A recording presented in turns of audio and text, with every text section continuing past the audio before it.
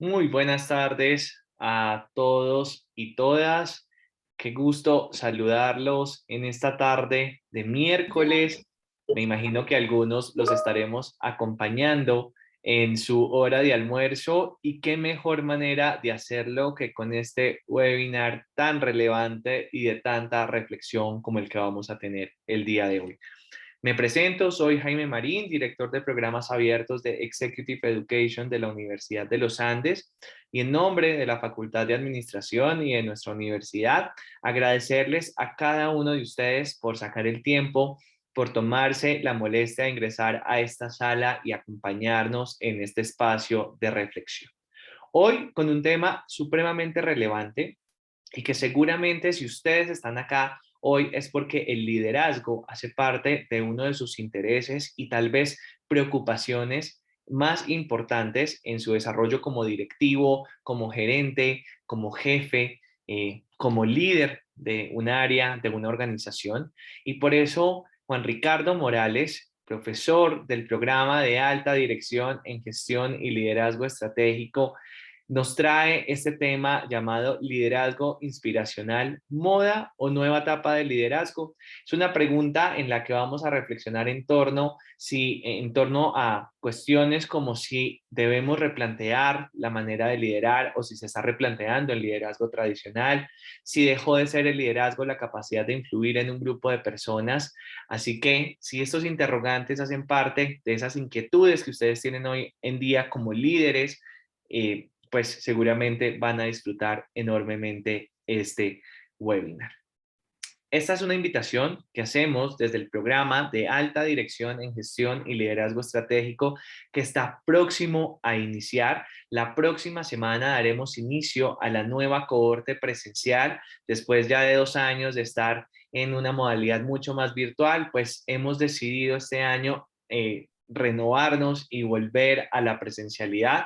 Así que vamos a tener un espacio para conversar de ello. Por el momento, decirles la dinámica del espacio. Primero vamos a tener a Juan Ricardo, quien es experto en esas temáticas, quien viene acompañando el programa desde tal vez sus inicios, desde hace más de 24 años, y que sin duda es un ser humano maravilloso, del cual espero que aprovechen cada minuto que ha preparado para el espacio de hoy, que va a tener aproximadamente 45 minutos.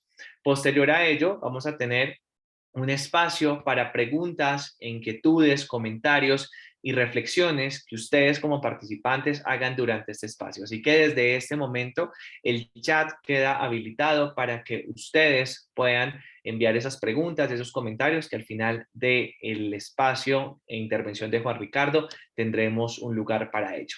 Así que de nuevo gracias a ustedes y un especial agradecimiento, Juan Ricardo, por aceptar la invitación, para acompañarnos hoy, y pues el escenario es tuyo para que podamos hablar sobre liderazgo inspiracional.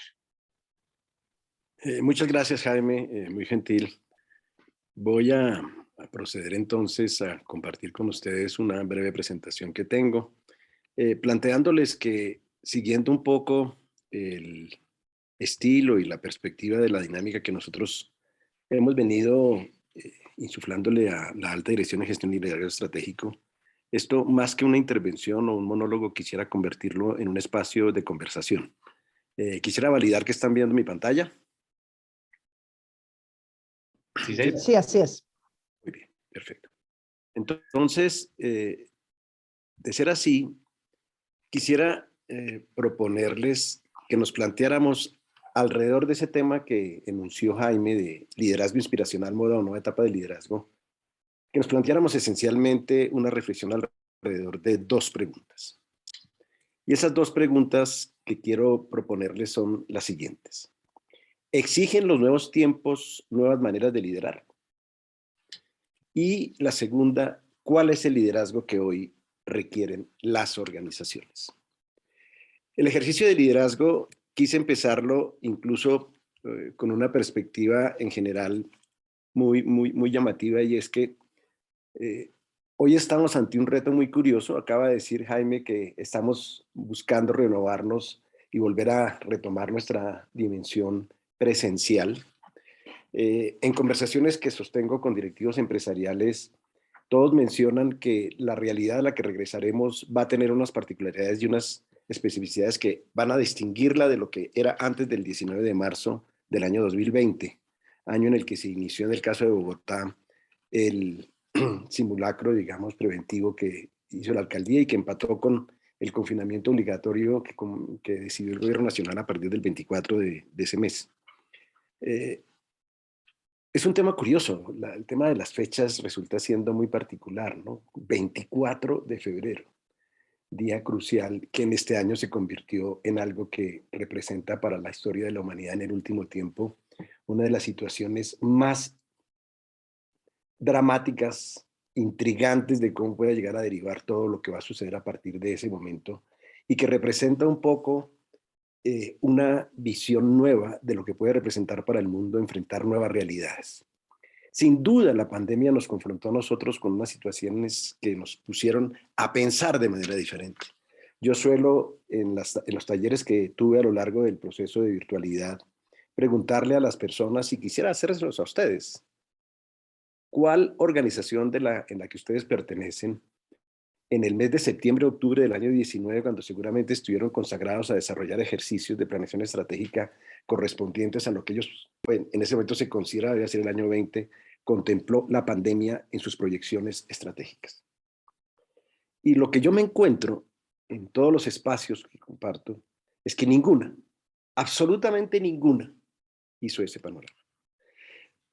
Queda preguntarse ahora si alguno de ustedes en los presupuestos del año anterior, le hace nuevamente octubre, septiembre del año 21, contemplaron el que en este momento del año, ya 22, íbamos a estar imbuidos en una situación de guerra, una situación que si bien pareciese distante, por supuesto que no lo va a hacer desde el punto de vista de la globalización que en este momento ubica al mundo entero.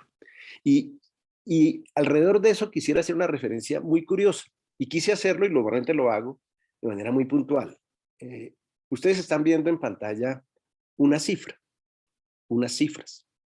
Google, el buscador tal vez más importante en este momento que se reconozca a nivel mundial, 7 y 15, 895 millones de enlaces están disponibles para las personas que quieran o que hubiesen puesto a esa hora, la palabra leadership. A las 7:45 volví a hacer eso. Y esta es la cifra que obtuve. 1.020 millones de enlaces. En tan solo prácticamente 30 minutos. Ascendió el número de 895 millones a 1.020 millones de enlaces. Eso es lo que habla la gente sobre el liderazgo. Es tal la situación y la condición que vive el mundo, es tal el interés que existe alrededor del tema de liderazgo, que lo estamos viendo palpablemente. Esto es un dato específico, concreto del día de hoy. Esto fue esta mañana, cuando estaba organizando mis ideas alrededor de lo que hubiera o que quiero compartir con ustedes, y lo hago en algunas ocasiones también para mostrarle a las personas que cuando se habla de liderazgo se habla de una dinámica absolutamente desarrollada y activa, en la cual todo el tiempo se están transformando dimensiones. Un convencimiento que compartimos prácticamente todos los integrantes del equipo docente que está detrás de la alta dirección, es ese convencimiento de que el liderazgo, en buena medida, como cualquier concepto humano y como cualquier constructo humano, evoluciona, se transforma. No es lo mismo el liderazgo que seguramente fue pertinente en su momento para Alejandro Magno, o para cualquier otro líder de la historia que hubiese jugado un papel trascendente en determinado momento en su realidad individual, institucional, nacional, en cierta forma. Pocos conocen que la historia de Alejandro Magno está ligada incluso al surgimiento de uno de los deportes que genera más interés y expectativa porque tiene una cantidad de ensoñación y una cantidad de misterios alrededor de él que pocos recuerdan, que nosotros es imposible desconocer. Me refiero al montañismo, que durante muchísimo tiempo, por el tema de las visiones organizacionales y las visiones geográficas que se tienen, se llamó alpinismo. Antes se hablaba de alpinismo y como que todo el mundo entendía de qué se estaba hablando, y posteriormente cuando se entendió que no se podía hablar de alpinismo porque pues montañas había en todas partes, no solamente en los Alpes, se empezó a hablar de montañismo. Bueno, pues el deporte del montañismo data de épocas de Alejandro Magno. Y data de épocas de Alejandro Magno porque cuando él, en esa primera gran globalización que se desarrolló a nivel político-cultural, que fue toda la expansión del imperio helénico hace ya muchísimos años, él se encontró en lo que hoy es el territorio de Afganistán. Y en uno de los principados y reinados que existían en ese momento, se topó con una fortaleza enclavada en una montaña, en unos riscos. Y en ese entonces, las guerras se ganaban por el lograr, en cierta forma, capturar al rey o ocupar las fortalezas donde él, en principio, moraba. Dice la leyenda que Alejandro Magno accedió a las puertas de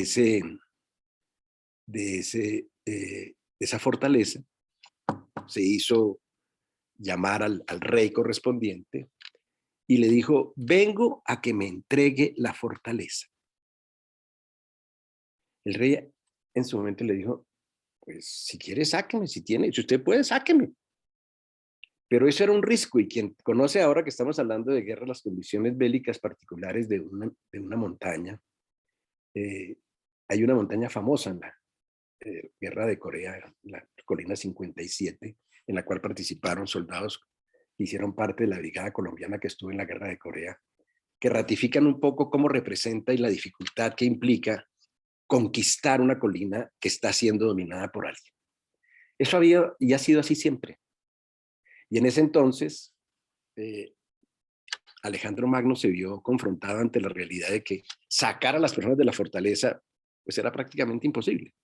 La única opción que le quedaba era sitiarla. Y fue lo que hizo, sitió la fortaleza. Pero en ese momento desarrolló una curiosa circunstancia desde la perspectiva del liderazgo. Él venía siempre acompañado de sus generales, Alejandro Magno. Les dijo a los generales: desarrollen ustedes la estrategia. Y en ese momento la pregunta fue: ¿cómo conquistar esa fortaleza? Días enteros consagraban los generales de Alejandro Magno a imaginarse y pensar cómo lograrlo. Él, en una curiosa manifestación de disposición de liderazgo delegativo, en entregarle esa decisión a sus generales, cosa que no siempre sabemos hacer, permitió que ellos se dedicaran a trabajar en esa reflexión. Y él, entre tanto, se la pasaba recorriendo el territorio, observando en detalle, analizando todas las perspectivas que había en ese momento alrededor de esa colina, de esa fortaleza enclavada en estos riscos. Y de pronto observó algo. Sí, era cierto. La fortaleza estaba enclavada en unos cerros. Pero detrás de la fortaleza había un risco más alto. Llamó él a sus generales y les dijo algo que desde el punto de vista estratégico resulta profundamente relevante. ¿Nos estamos haciendo la pregunta correcta? ¿Hemos definido realmente el objetivo de nuestra estrategia correctamente? Y llamó a esos generales y los puso ante ver a la fortaleza y les preguntaba a todos: bueno, entonces, ¿cuál es el real reto? Y todos con diferente argumentación le decían la fortaleza, las características, cómo tenían que sitiarla para evitar que les llegaran avituallamientos, cuánto tiempo tenían programado que pudiera llegar a resistir los avituallamientos que tenía ese reino, ese rey dentro de la fortaleza.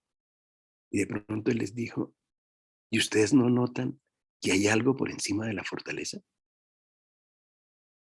Se miraron todos los generales extrañados porque no entendían la pregunta de Alejandro. Y lo que hizo Alejandro fue mirar hacia arriba. directamente hacia la fortaleza. Y como observaba tan persistentemente, todos voltearon a mirar. Y él hizo esas preguntas estratégicas que son las que nos encanta motivar. ¿Qué observan ustedes? ¿Qué encuentran? Nadie daba con la pregunta que quería escuchar Alejandro. Y como ustedes saben, cuando está el jefe, uno quisiera que las cosas se dieran para que uno fuera el que descubriera la pregunta que le interesa al jefe. Como dice el dicho popular, lo que le gusta a mi jefe, a mí me encanta. Y estando allá dijo, pero por Dios, dense cuenta. El reto no es conquistar la fortaleza. El reto es conquistar el risco más alto, el que está detrás de la fortaleza. Puso a sus generales a buscar los guerreros que tuvieran mejores prácticas de escalamiento, desarrollaron instrumentos y por primera vez los ramplones que se utilizan para ascender en montaña, los diseñaron ellos. Durante 2 meses y medio, casi 3, protegidos por la oscuridad de la noche, se dedicaron a ensayar cómo escalar el risco completo. Pasado ese tiempo, ya tenían 475 arqueros, que además se habían convertido en los primeros montañistas ubicados encima de ese cerro, de ese risco. Y nuevamente Alejandro, promediando la mañana del día siguiente, llegó a las puertas de la fortaleza. Golpeó y los emisarios del rey abrieron y le dicen, necesito hablar con el rey. Y cuando el rey apareció, Alejandro otra vez le hizo la pregunta que le hizo el primer día. O mejor que pregunta, el planteamiento que le hizo el primer día. Vengo a que me entregue la fortaleza. El rey nuevamente lo miró extrañado y le dijo, ya le dije que me venga a sacar. En respuesta, Alejandro hizo exactamente lo mismo que había hecho con sus generales. En lugar de responder, miró persistentemente hacia arriba. Lo hizo de tal forma que en determinado momento el rey, viendo que Alejandro observaba hacia el cielo aparentemente, volteó su cuerpo y miró hacia arriba. Y cuando miró hacia arriba, encontró que cientos de arqueros macedonios dirigían sus flechas en dirección a él. En ese momento, el rey cayó de rodillas y le dijo a Alejandro, la fortaleza es tuya. Solo los dioses son capaces de conquistar esos riscos. Eso para decirles que una de las características fundamentales del liderazgo es que hay veces las preguntas cambian. Es que en lo estratégico hay veces hay que mirar nuevamente para encontrar la respuesta correcta. Y en ese sentido, quiero apuntarle a tratar de rebatir un argumento que, si ustedes toman esos 1.020 millones de enlaces sobre el liderazgo, van a encontrar preferentemente que la palabra que más se menciona cuando se habla de liderazgo es influencia. Ustedes lo deben haber escuchado. Y si ustedes son gomosos de la literatura y de la lectura alrededor del tema del liderazgo, con seguridad lo pueden ratificar sin que tenga yo que acudir a mencionar a autores específicos, a Mintzberg, a todas las personas que han escrito sobre el liderazgo. Goleman. La capacidad de influir sobre las personas. Pero como a mí me gustan las narraciones, yo quiero volver a invitarlos a que ya que están degustando su almuerzo puedan imaginarse algo más grato que una charla aburrida.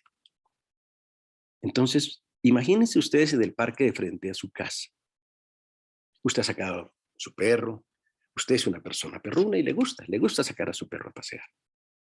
Usted está sentado en alguna banca mientras su perro corre por todos lados. Usted tiene tranquilidad porque su perro es lo suficientemente obediente para que cuando usted lo llame, él va a volver. Usted no va a tener que ir a perseguirlo. A algunos nos pasa que toca perseguir a nuestros perros, pero otros tienen perros bien amaestrados.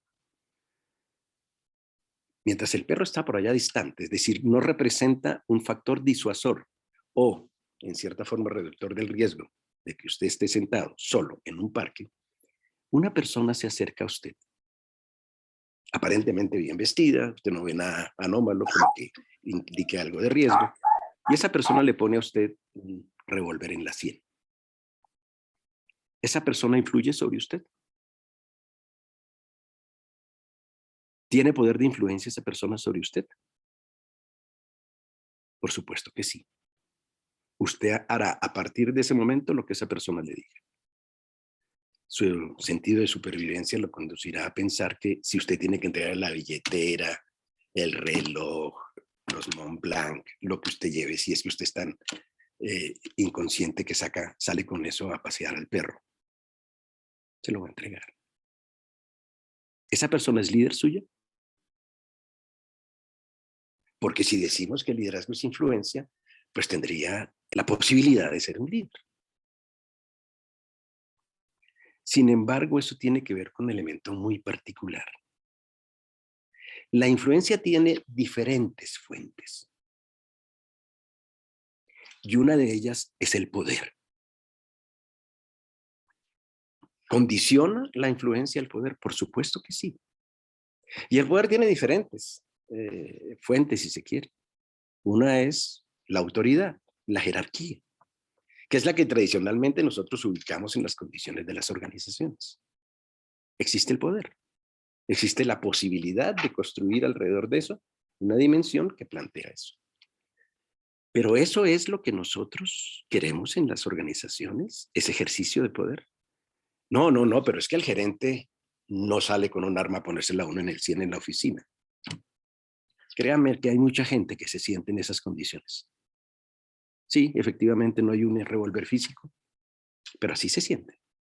Y así se sienten porque esa autoridad, esa influencia está ejercida desde el poder. Y de ahí un poco el que los planteamientos que nosotros, o que yo quiero, o que queremos invitarlos a que los consideren es, ¿será que los nuevos tiempos exigen nuevas maneras de liderar? Y cuando uno mira esto, se plantea lo siguiente. Y yo ya les dije a ustedes, ¿cuántos de ustedes incluyeron en sus perspectivas de desarrollo de este año la guerra entre Rusia y Ucrania? ¿Cuántos? Un segundo, les voy a quitar aquí una mancha negra que tienen al comienzo porque eso tiene que ver con que yo estoy proyectando y tengo abierto el menú de la gente. ¿Cuántas? Aquí pequeñas cosas que hay que ajustar a veces. Si usted está en el sector agrario, agrícola, la guerra entre Rusia y Ucrania no es para usted una cosa baladí.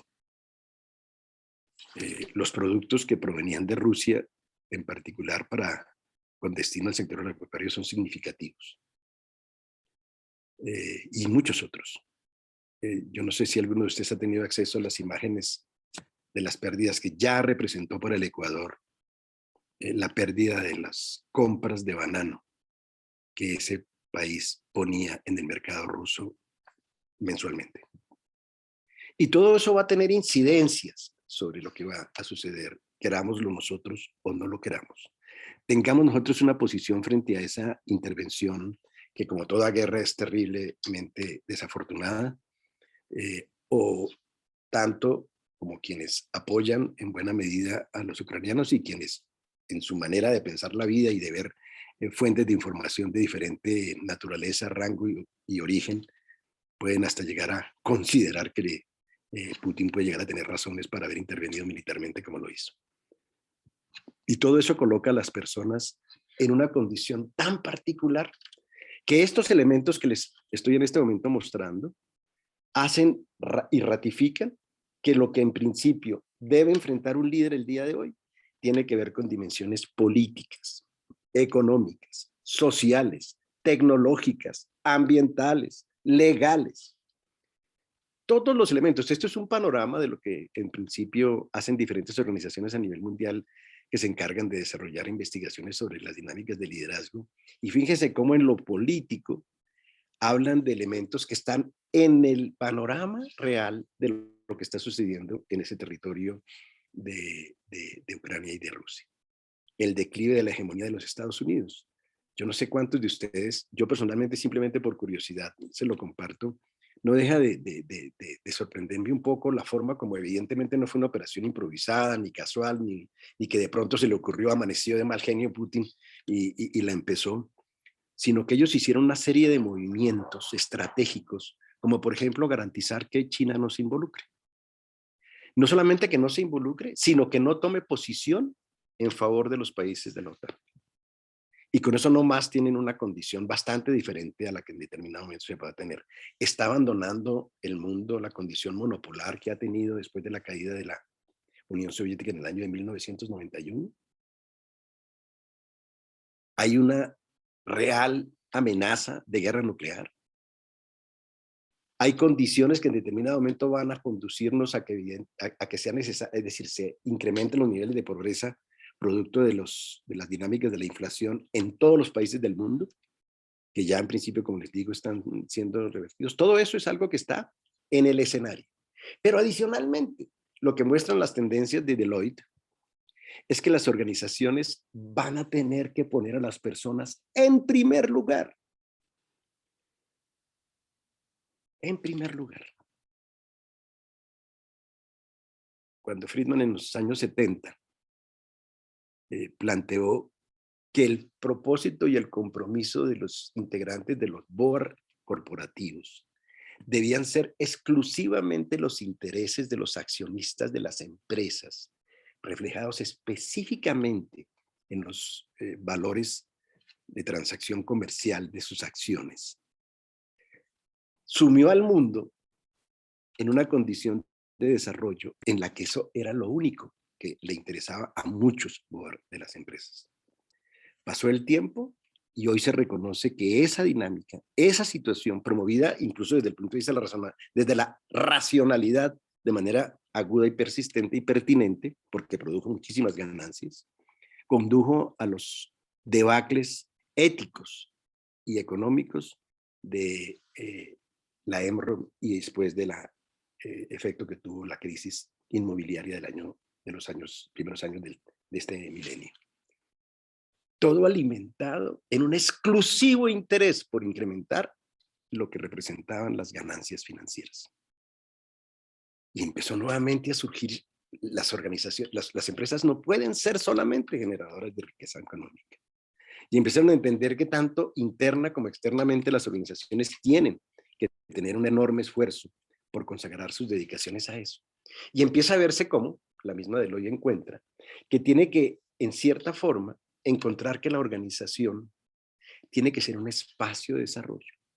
Yo no sé cuántos de ustedes, y lo digo con profundo respeto, todavía tienen como vigente en su mente o en algunas de las personas que los acompañan, incluso en puestos directivos en las organizaciones, aquella consideración que tomó fuerza en los años 80.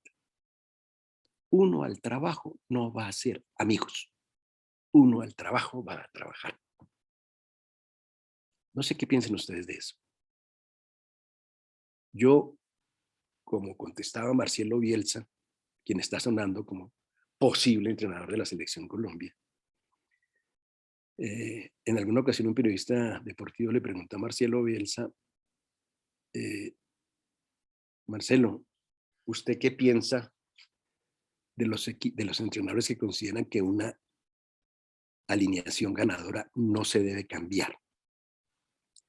La respuesta al estilo Bielsa, quienes tienen alguna goma por seguir el tema deportivo, él contestó de manera tanto flemática y por supuesto grosera. Y dijo, sí, hay gente que piensa estupideces de ese tamaño.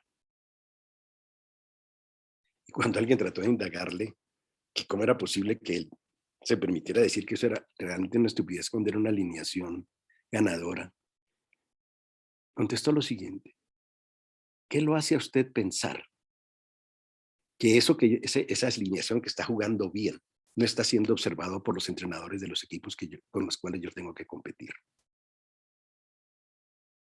Y si ellos estudian la forma como yo estoy jugando, pues van a lograr neutralizar la forma como yo estoy jugando.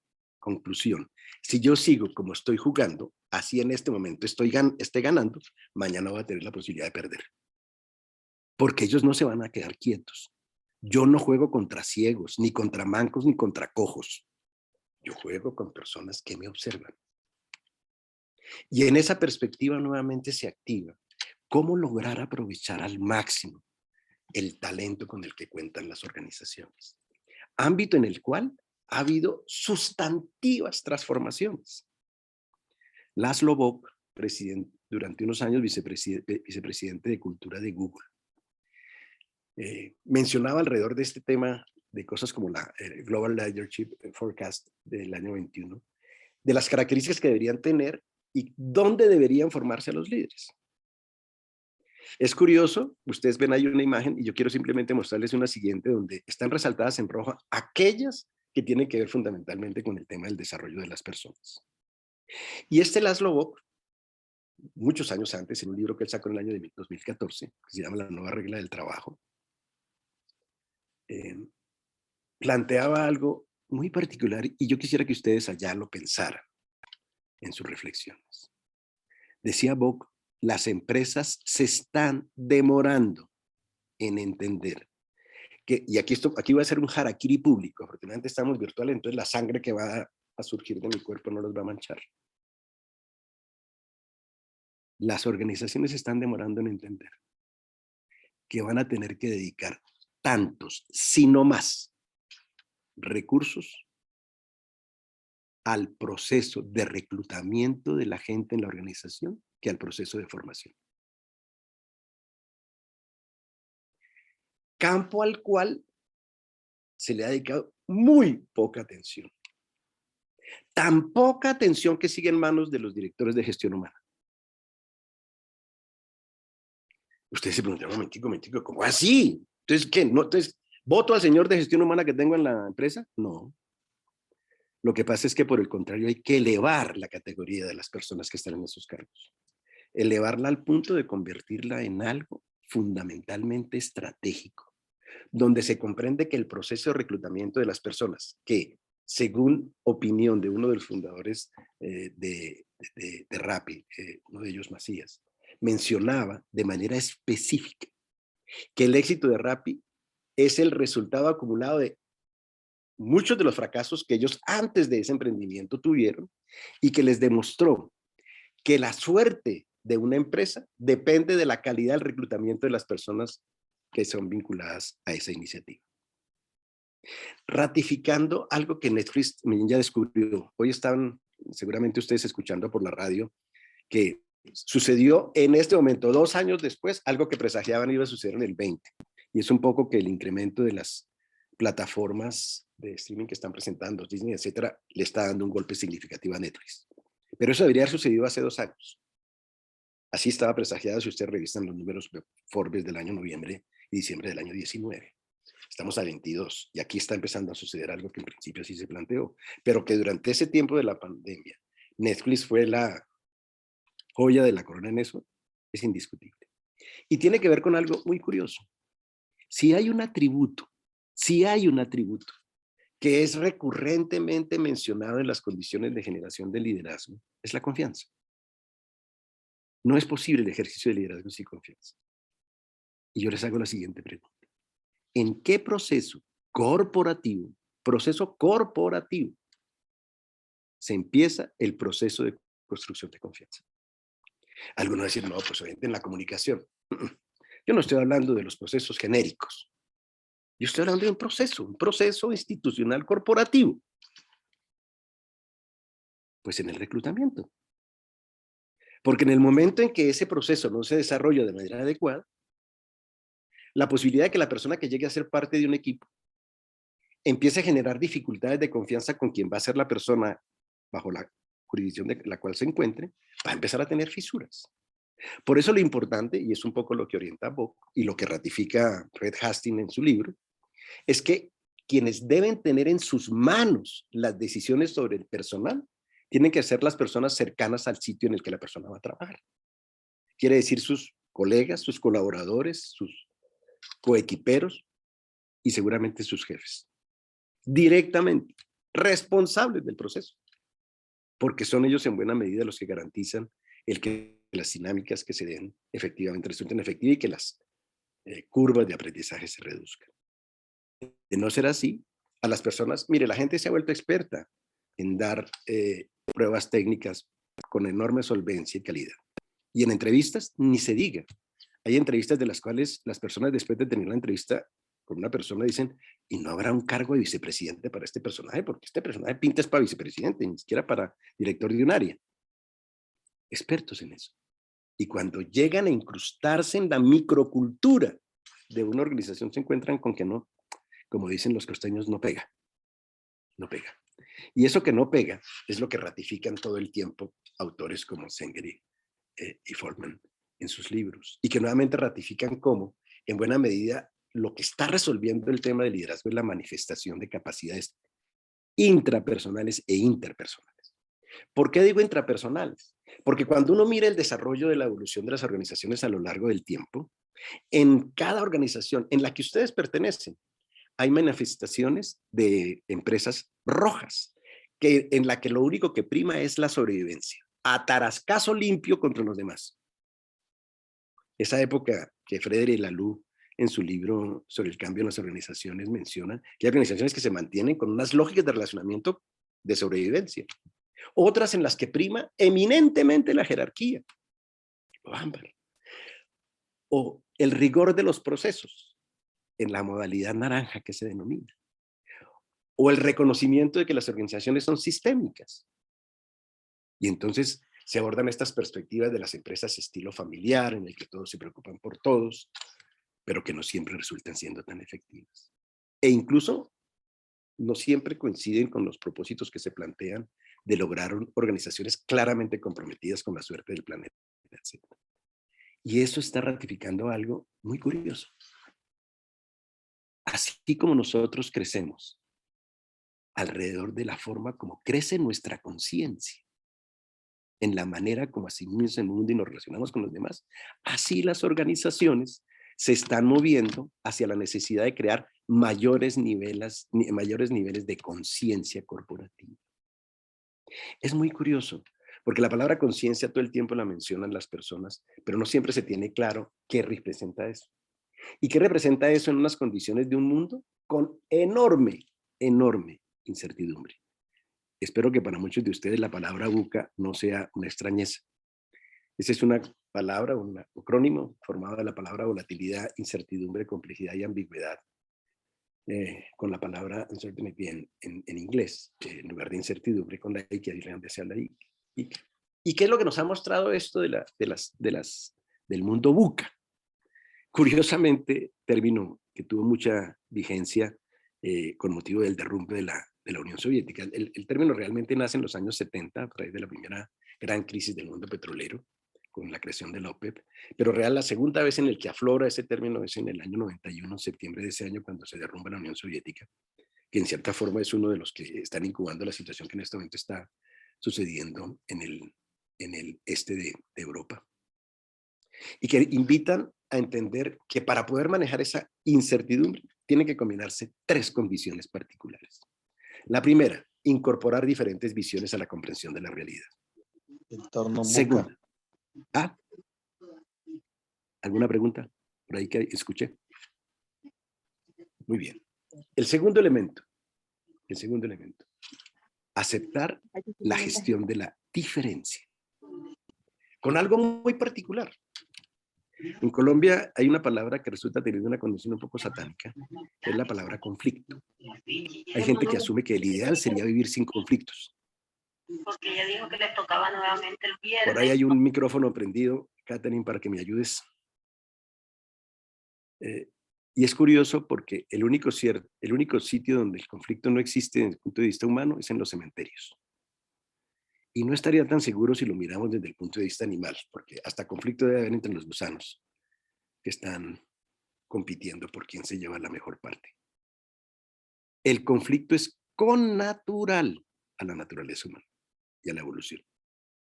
Y por ende es necesario construir unas dinámicas en las que el conflicto no se resuelve por su exclusión, por su negación, sino por su gestión. Gestión que se resuelve más y mejor si partimos de un principio que nosotros compartimos en la alta dirección y que se llama genuino interés en el otro. GIU, genuino interés en el otro.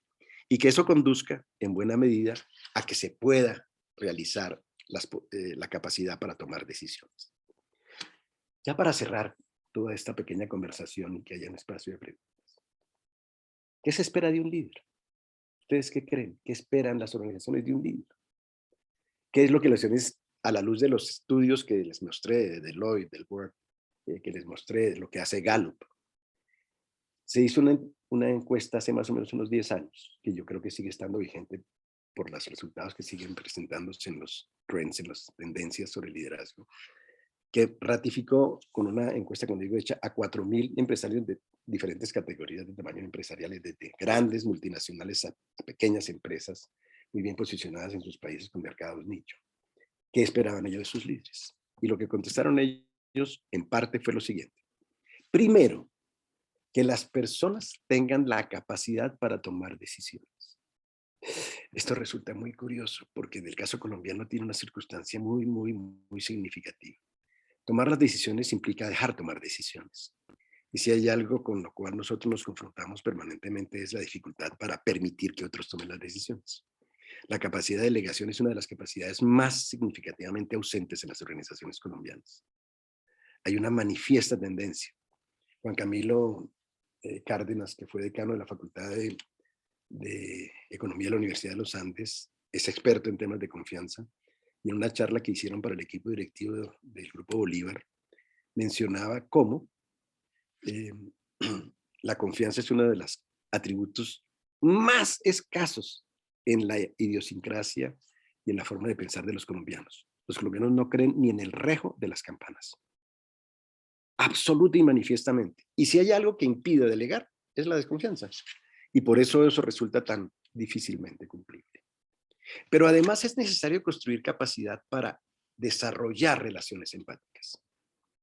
Y aquí la empatía tiene que ser curiosamente entendida no simplemente como el acercarse a las personas, no. Ser empático, por ejemplo, es reconocer que no sé. Y no sentirme menospreciado ni en riesgo por el hecho de reconocer que no sé. Pero también ser empático es reconocer que sé y que estoy dispuesto a compartir mi conocimiento para que la organización gane. En esos términos es de los que estamos hablando de empatía. Pero adicionalmente, se requiere una sólida capacidad para sobreponerse a las dificultades y mostrar una clara disposición para la adaptación, que es lo que nos está exigiendo el momento. Y eso no siempre se presenta en las personas que simplemente esperan que les digan lo que tienen que hacer. Esta que le estoy proponiendo no es del resultado de las encuestas, es algo más que yo propongo, recogiendo otras dinámicas alrededor de eso, y es que las personas que uno quisiera fueran líderes, y eso sí lo he ratificado conversando con líderes empresariales, presidentes de grandes compañías, gerentes de compañías, propietarios de organizaciones de pequeñas, medianas y grandes empresas, que yo lo denomino irreverencia respetuosa. ¿Por qué hablo de esto? Porque resulta que la irreverencia respetuosa consiste en que yo soy capaz de cuestionar el statu quo. Es más, siento que mis jefes me inspiran a hacerlo. Me permiten el hecho de que yo cuestione la forma como se ven las cosas. Pero lo hago de manera respetuosa. ¿Eso qué significa? Lo hago en las instancias que corresponden. Es decir, no espero calladito mientras el presidente de la compañía, el gerente, presenta sus ideas y cuando hace las preguntas, ¿alguien tiene alguna condición, alguna consideración, alguna observación? Todo el mundo, mutis por el forro. Apenas se acaba esa charla del presidente, del gerente, del líder, de lo que en principio tengamos en mente, salen por los pasillos y decir, no, con razón estamos tan jodidos. Con razón. Es que mire eso. No, no lo dicen en el momento. Hoy en día los gerentes agradecerían infinitamente que haya personas con capacidad de enunciar sus argumentos, sus planteamientos, sus ideas en los espacios en los que se construye organización, que es en los puntos de encuentro. Las organizaciones en eso no son distintas a las ciudades. Ciudad se construye en los espacios en que la ciudadanía se encuentra. Ahí se desarrolla una ciudad y lo mismo pasa con una organización. Y por último, algo que es lo que empata esa condición de inspiración con esto. que es ubicar a la gente en su zona de autorrealización. ¿Eso qué significa? Que hay que ponerle muchísima atención a quién ingreso yo a la organización. No es suficiente que técnicamente sea solvente. Eso es una condición necesaria, mas no suficiente. Y cuando hablo de solvencia, competencia técnica, hablo específica. Por eso quienes tienen que tomar la determinación si una persona cuenta con esa competencia o no, no es gestión humana. Es las personas con las que ese nuevo integrante de la organización va a trabajar. Ahí. Pero que además se identifique con los propósitos, los valores y los principios culturales de esa organización. Eso conduce a algo que parece extraño, y es que ya hay empresas donde quienes toman la decisión si una persona ingresa a la organización o no ingresa, no es ni el jefe de recursos humanos, ni el jefe de talento humano, sino como en el caso que, como sucede en Netflix, que quienes toman la decisión son los grupos a los cuales va a llegar esa persona. Ellos son los que toman la decisión. Pero no solamente en eso, todas las empresas del grupo Semco, una empresa de origen brasileño, tienen la misma condición. Son esos grupos los que toman la decisión en determinado momento de eso. Pero no solo eso, el grupo Semco tiene una modalidad de evaluación tan particular que cada año los que son evaluados, hacen evaluaciones, por supuesto, de desempeño de todo el personal, pero uno de los que son particularmente evaluados son los jefes, los líderes, entre comillas. Y los criterios para evaluación, para que tengan presente que no se trata simplemente de la conveniencia de acomodarse a lo que digan en principio sus subalternos, es la valoración que hacen las personas que trabajan con él, incluido colegas, incluido clientes, de la calidad de la retroalimentación que esas personas le brindan a sus colaboradores, colegas, compañeros, incluso jefes, para hacer mejor una gestión. Ese es el tema. ¿Cómo lograr eso si no es sobre la base de un liderazgo que tenga como base no la influencia basada en el poder, sino la influencia basada en la inspiración? Eso es un poco lo que yo quería contarles, quería compartir con ustedes alrededor de esto, para decirles que en últimas, cuando miramos lo que está alrededor de estos espacios, están simplemente tres grandes pilares, que son la esencia y la confianza. Y la confianza se construye sobre tres vectores centrales. Reconocerse. No es casual. Yo me reconozco y a través de mi reconocimiento reconozco al otro. Me relaciono con las demás personas de una manera diferente. Y por último, me responsabilizo. Eso sobre la base de la confluencia del respeto, el compromiso y la transparencia en las relaciones entre las personas que están conmigo, generan la posibilidad de que la persona sienta que se encuentra en un lugar que lo inspira a dar lo mejor de sí mismo. Esa es la gran diferencia. El liderazgo basado en la inspiración, el liderazgo inspiracional se basa en crear condiciones en las que las personas sienten una fuerza interior que los motiva a sacar cada día lo mejor de sí. Bueno, me pasé 7 minutos, Jaime, lo lamento. Espero que eso no minimice el significado. Tranquilo, Juan Ricardo. Bueno.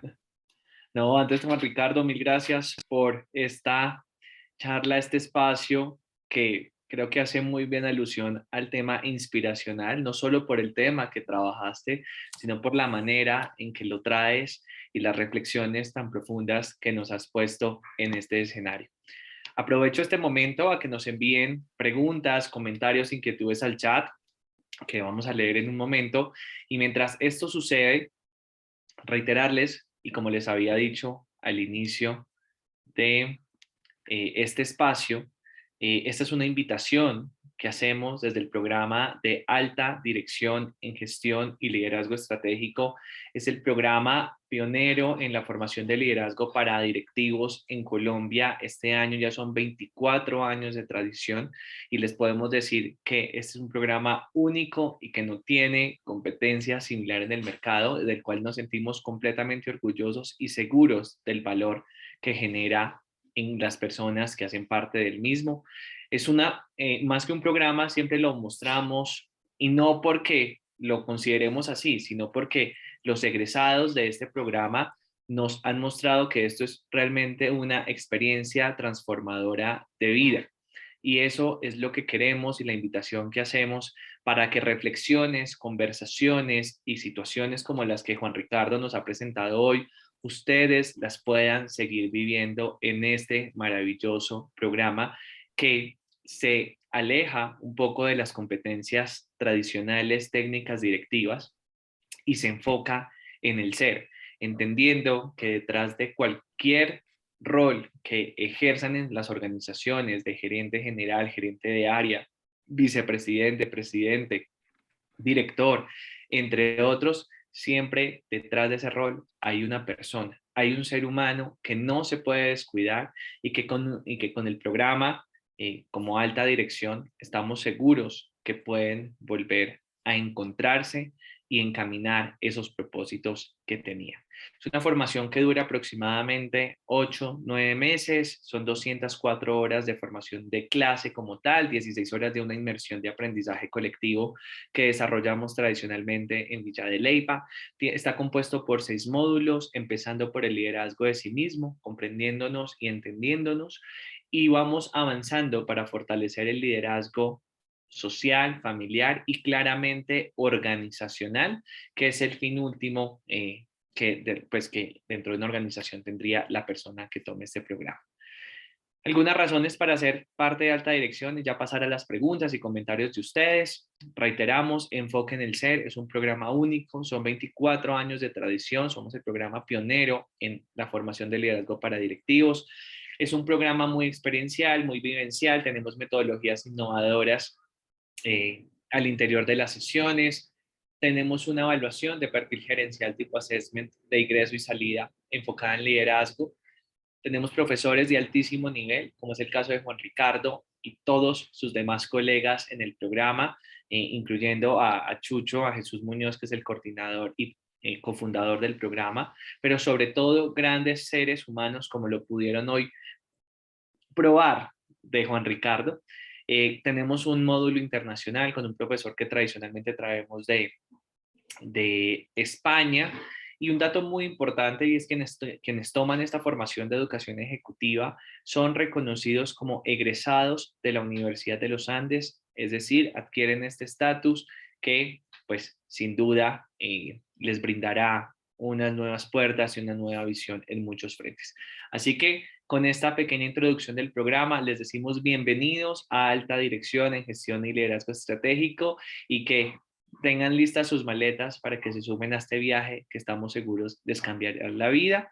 Vamos a iniciar, como les comentaba, la próxima semana la cohorte presencial, y vamos a tener una segunda cohorte semipresencial, es decir, con algunas sesiones virtuales sincrónicas y otras con presencialidad hacia segundo semestre. Así que quienes estén interesados, aquí Daniela les ha dejado en el chat un link donde nos pueden dejar sus datos y avanzar muy rápidamente en el proceso. Algo muy importante, y es que para ingresar al programa hay un requisito que es básicamente cumplir con mínimo 6 años de experiencia en roles de liderazgo en las organizaciones, como jefes, líderes, directores, gerentes de área, gerentes generales, vicepresidentes, entre otros roles. Así que bienvenidos todos. Si tienen alguna duda o inquietud, aquí está Daniela lista para atender y brindarles la mejor información. Juan Ricardo, empiezan a llegar preguntas. Tenemos de Juan Gabriel Olarte y dice, ¿cómo fortalecer o entrenar las cualidades que nombraste en la pregunta ¿qué se espera de un líder? Por ejemplo, ¿cómo mejoro la resiliencia y la adaptación? Bueno, el tema del desarrollo de capacidades en las perspectivas de liderazgo tiene la particularidad de ser algo que tiene que ser asumido desde la vivencia. El tema no se resuelve en lo cognitivo. Es decir, yo no soy más resiliente aprendiendo de resiliencia. Como igual, no soy mejor líder aprendiendo de liderazgo. ¿No? Yo lo digo en el módulo que me corresponde en la primera parte del ejercicio del programa, donde digo que nuestro afán no es hacerlos a ustedes expertos en liderazgo. Yo lo digo en la siguiente perspectiva. A nosotros nos interesa que ustedes sepan la teoría situacional de Blanchard o la aproximación emocional de Goleman. No, nosotros no queremos teóricos de liderazgo. Es decir, usted puede conocer la teoría amorosa desde el archipiélastre edita en 1136 el libro hasta la 23ª o 33ª edición de Enjoy of Sex y ser un amante perrata en extremo. Nosotros lo que queremos es que ustedes sean buenos amantes. Y por eso se hace en la práctica. Y la forma como se desarrolla la capacidad de resiliencia es empezando a convertir los éxitos y los fracasos de una organización en oportunidades de aprendizaje corporativo.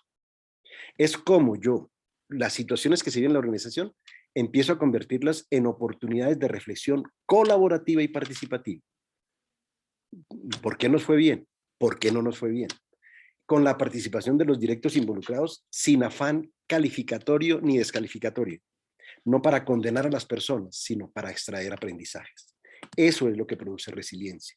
Cuando yo, después de que hay un error en una organización, lo único que sé es que vienen improperios, maldiciones, regaños, pues evidentemente no voy a educar la resiliencia. Me fortalezco cuando en eso yo encuentro una oportunidad de aprender. Y esos espacios se construyen, cada vez hay una mayor tendencia a aceptar eso como una realidad corporativa, donde las organizaciones están aprendiendo a convertir su experiencia en una oportunidad de aprendizaje. Buenísimo, Juan Ricardo, muchas gracias.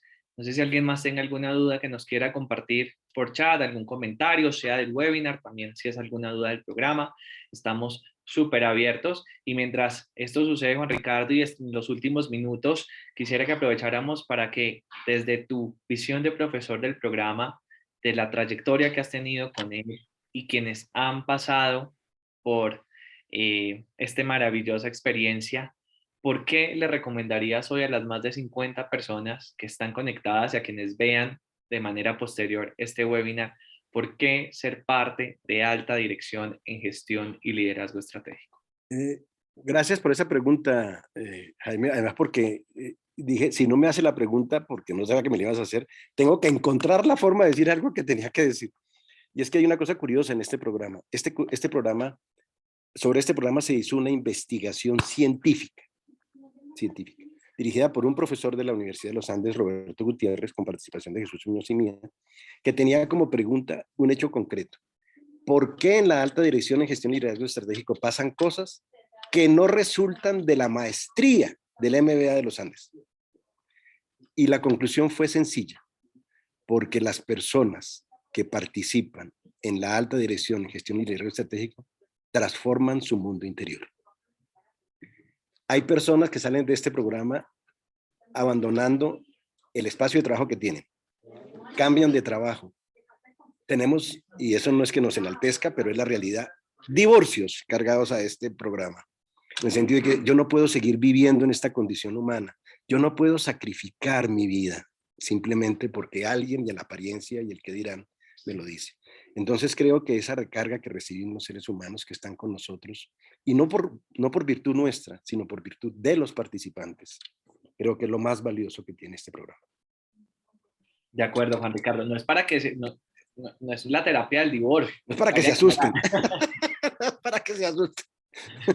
Pero sí es un espacio para reencontrarse, reconectarse y como les decimos, es una experiencia que transforma la vida. Y Juan Ricardo mencionó algo ahora muy importante y es, no, quienes llegan al programa muchas veces buscan la fórmula mágica para ser un buen líder. Y aquí no la van a encontrar. Este no es el espacio para ello. Aquí lo que les damos son todas las visiones, herramientas, conocimientos para que sencillamente salga siendo la mejor versión de cada uno de ustedes, entendiendo que cada quien es diferente al otro. Así que la invitación está hecha. Creo que había un comentario, Juan Ricardo, de Moisés, donde hablaba de pues, que se debe educar a los líderes o jefes en que no siempre tienen la razón. Esto hace que las instrucciones tengan reveses operacionales y administrativos, muy alineado con lo que venías hablando. Y para cerrar, Andrés Duque nos está preguntando que si por favor le puedes... el libro de los colores de las organizaciones, que cómo se llama, o los autores, por favor, si le puedes recordar. Estás en silencio, Juan Ricardo. Es Frederick Laloux, y se llama Transformación Organizacional. Frederick Laloux, L-A-L-O-U-X, Laloux. Perfecto, mil gracias, Juan Ricardo. Pues creo que con esto damos por finalizado este webinar. De nuevo, Juan Ricardo, mil gracias por ese espacio tan inspirador, por darnos esta pequeña muestra o prueba de lo que sucede en una clase de alta dirección en gestión y liderazgo estratégico. Y a quienes estuvieron hoy con nosotros, gracias por haber tomado este tiempo, por habernos acompañado. Y de nuevo, si están interesados... Los esperamos. Exactamente, de ser parte de alta dirección en gestión y liderazgo estratégico, están a tiempo de iniciar con nosotros para que sean parte del inicio de la próxima semana. Daniela va a estar muy atenta. Igual nos ponemos a total disposición de ustedes y será un gusto verlos en clase. Feliz resto de tarde a todos y de nuevo, mil gracias.